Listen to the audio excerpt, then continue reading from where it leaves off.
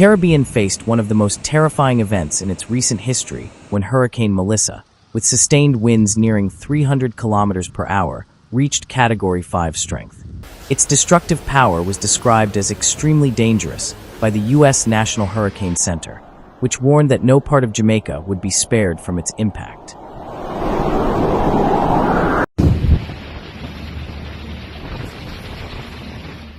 By early Monday morning, the storm's behavior began to alarm meteorologists.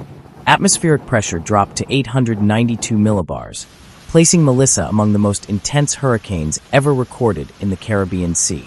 Its slow movement, barely 6 kilometers per hour, prolonged the threat and greatly increased the potential for catastrophic damage.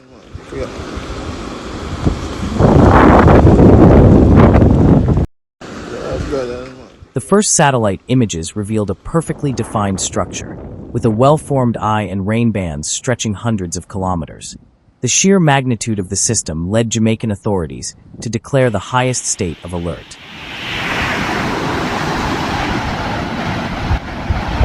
Beer rain, my people in Kingston, Jamaica. Beer rain. Airports, ports, and schools were shut down. Officials urged residents to stay indoors or move to designated shelters.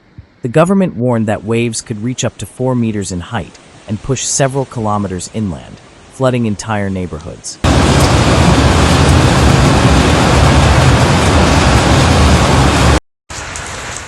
Prime Minister Andrew Holness addressed the nation in a solemn message. He called the situation an unprecedented emergency and appealed for calm and discipline.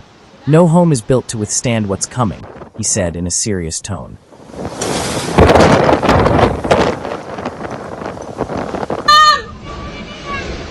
During the early hours of Tuesday, the National Hurricane Center placed the eye of Melissa less than 200 kilometers from Kingston.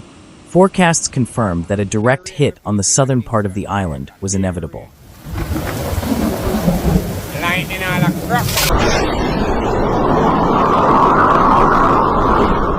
The sea had already begun showing its fury even before landfall. Waves battered the coast through the weekend, hinting at the scale of the disaster to come. On the southern beaches, the winds made it impossible to remain outdoors.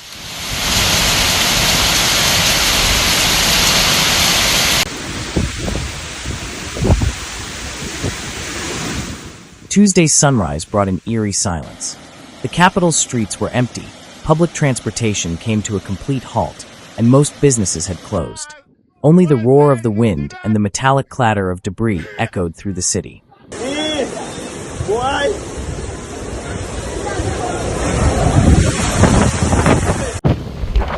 Forecast models agreed that Melissa would not weaken before hitting land. Its sluggish movement meant Jamaica would endure torrential rains and destructive winds for far longer than usual.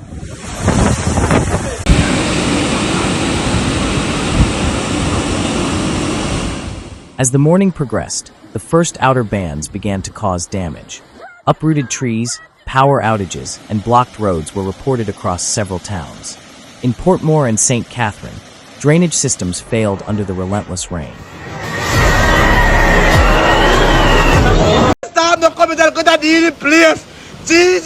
Information Minister Dana Morris Dixon confirmed that hundreds of families were being moved to shelters, though many residents refused to leave their homes out of fear of losing their belongings. Meanwhile, meteorologists warned that rainfall totals could exceed 100 centimeters in less than 48 hours, an amount never before recorded in the country. Authorities feared landslides and overflowing rivers.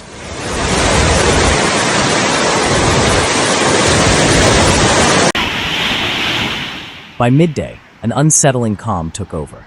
Large portions of Jamaica were cut off from communication, and most of Kingston was without electricity. Emergency crews worked against the clock to keep essential services running on backup generators.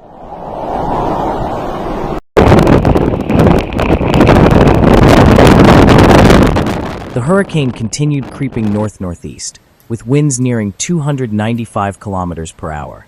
The eye was located about 90 kilometers from Negril, while radar showed a massive wall of clouds swirling violently offshore.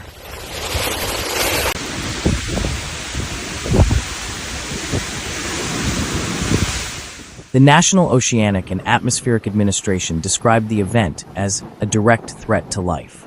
Storm surges began swallowing coastal areas, pushing seawater into communities that had never experienced flooding of this magnitude.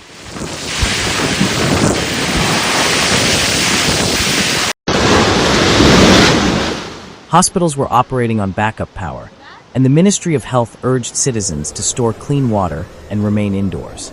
Water service was suspended to prevent contamination. The International Red Cross reported that at least 881 shelters were open nationwide. More than 1.5 million people were expected to be directly affected by the storm's winds, rains, and flooding.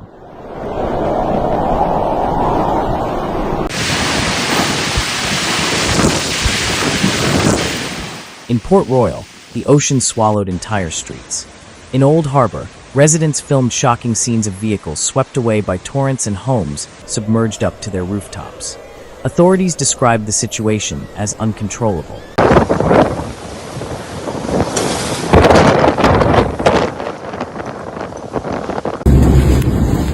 The hurricane's outer bands also lashed Haiti and the Dominican Republic, where landslides were reported and at least 7 people had lost their lives. The entire Caribbean was under the influence of the massive system.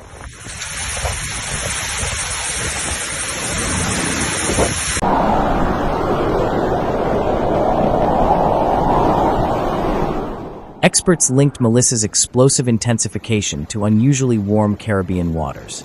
Elevated sea surface temperatures provided the perfect fuel for the storm's rapid strengthening. By mid-afternoon, Jamaica was completely isolated. Communication lines were unreliable, and visibility had dropped to near zero. In the island's mountainous interior, relentless rain triggered landslides that buried entire roads.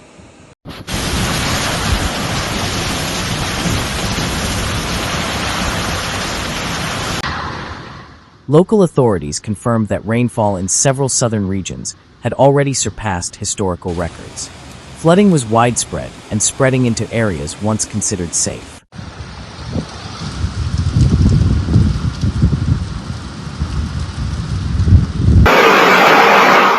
The government urged everyone to stay inside the shelters. Emergency messages were broadcast exclusively through radio, while most other media outlets were down due to power failures.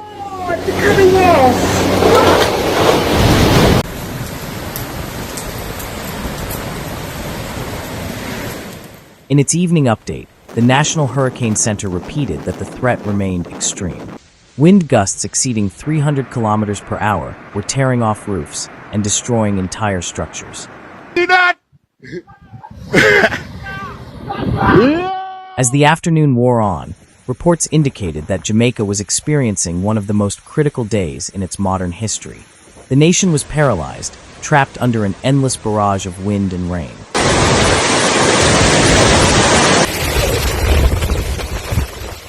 Rescue teams were on standby, unable to operate due to the ferocity of the storm. The saturated ground began to give way on hillsides, creating new dangers for rural communities.